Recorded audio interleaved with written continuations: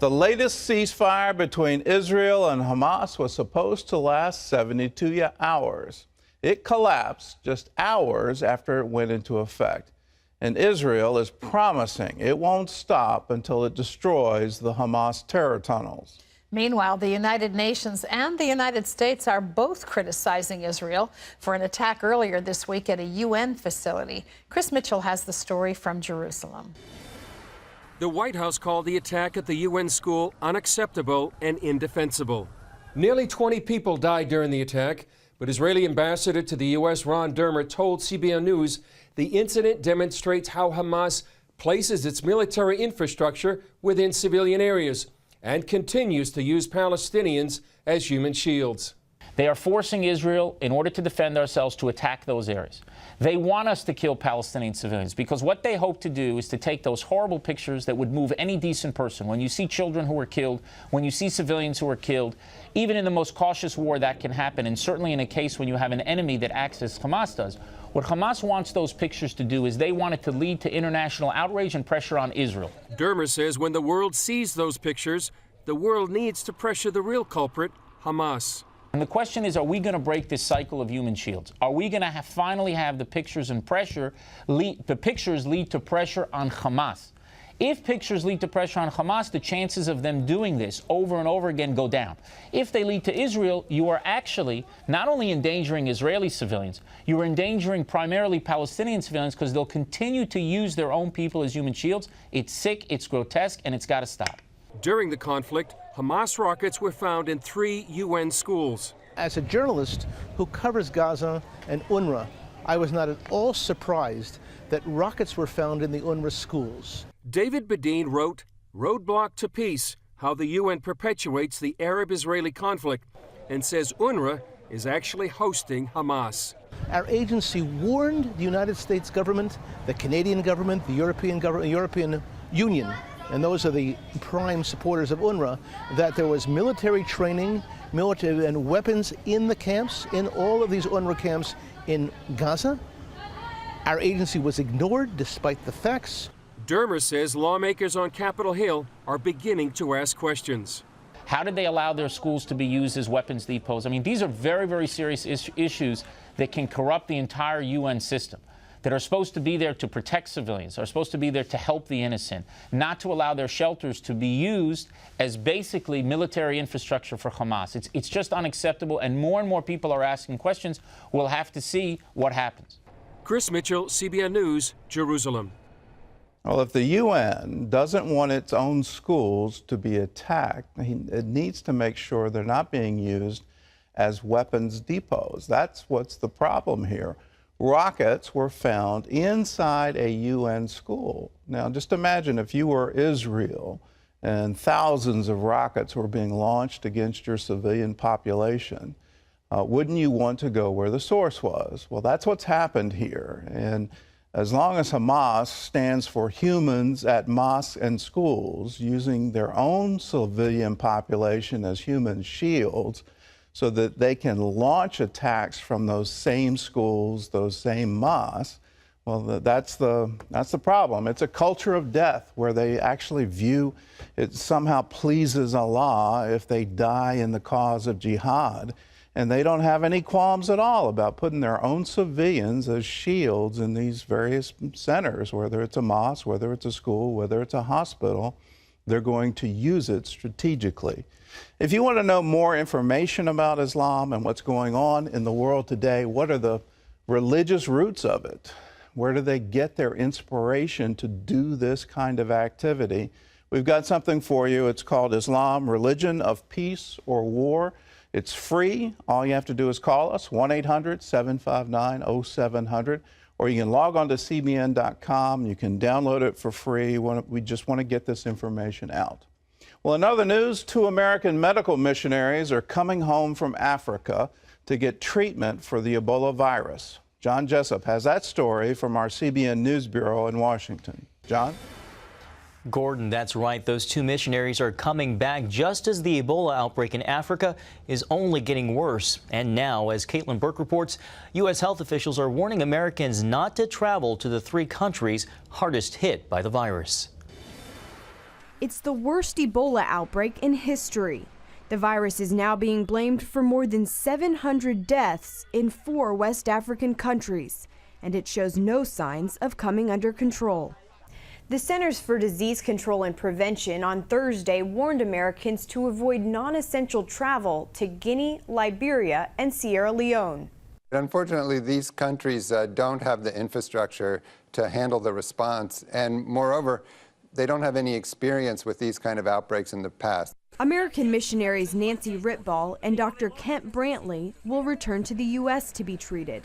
They were serving on a joint team in Liberia with Samaritan's Purse and Christian missions organization SIM. Ritball is in stable but serious condition and is receiving an experimental drug.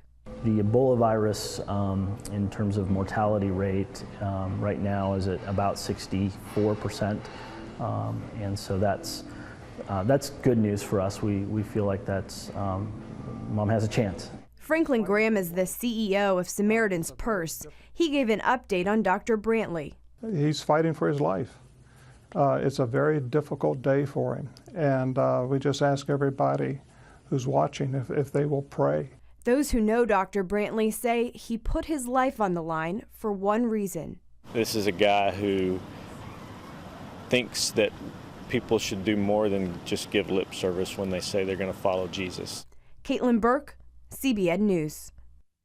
The Christian woman sentenced to death in Sudan for refusing to renounce her faith in Christ is now safely in the United States. Miriam Ibrahim and her family arrived in New Hampshire last night, where they were greeted with cheers and singing. Take a listen to this joyful celebration.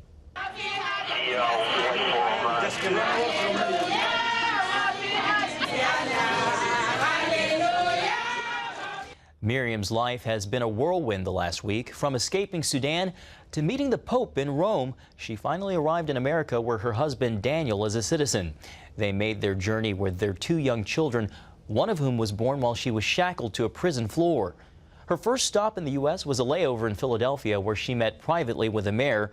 He told CBN News about her well-being.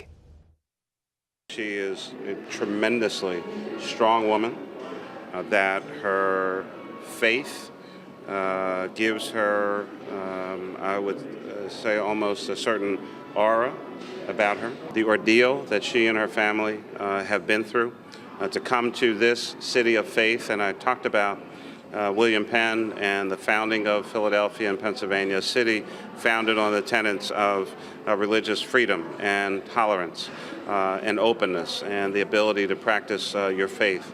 Both of them smiled.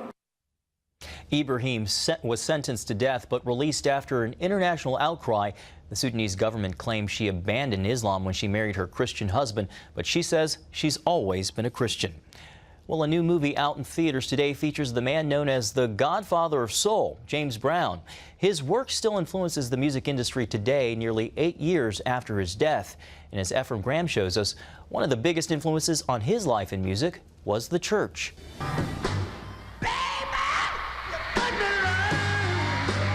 James Brown's story is a real-life tale of rags to riches, with a few bumps on the journey. He had to fend for himself, so he became a hustler. Journalist Bill Carpenter listened to Brown as a child, covered him as an adult, and writes about him in his book, Uncloudy Days, the Gospel Music Encyclopedia. He grew up in the Great Depression, born in 1933 in Barnwell, South Carolina.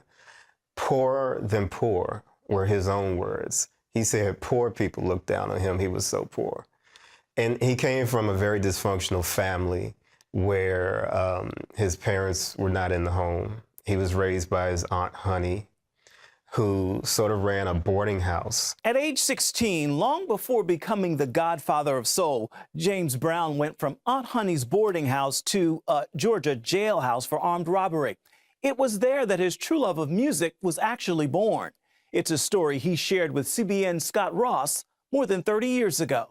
They turned me loose to sing gospel one morning, and we went out and took about 5 prisoners with us to sing gospel, and the warden realized that he turned all of us loose. And when we got there, everybody was crying because we had them singing. Oh, our Father, which art in heaven, hallowed be thy name. While he was in prison, he met someone named Bobby Bird, who went on to become a very integral part of his band.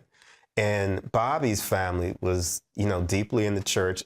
And when he came out of prison, he and Bobby started a gospel group called the Starlighters. The Starlighters eventually became James Brown and the Famous Flames. God made your ears. You didn't make them. You gonna argue with God's ears? If it sound good and it feel good, then it's musical. Their meteoric rise in the music industry is masterfully told in the feature film Get On Up. Like the title say, Papa's got a brand new bag. Chadwick Boseman, who played Jackie Robinson in 42, leads the all-star cast. Our music is still affected by, what he started, because it was such an innovation. Much of that innovation came from Brown's childhood, growing up in church. At one point when he was a kid, he thought he wanted to be a preacher because he really enjoyed watching how they stirred the audience. Brown's revival-like performances come back to life on the big screen and on New York's famous Apollo stage in Get On Up.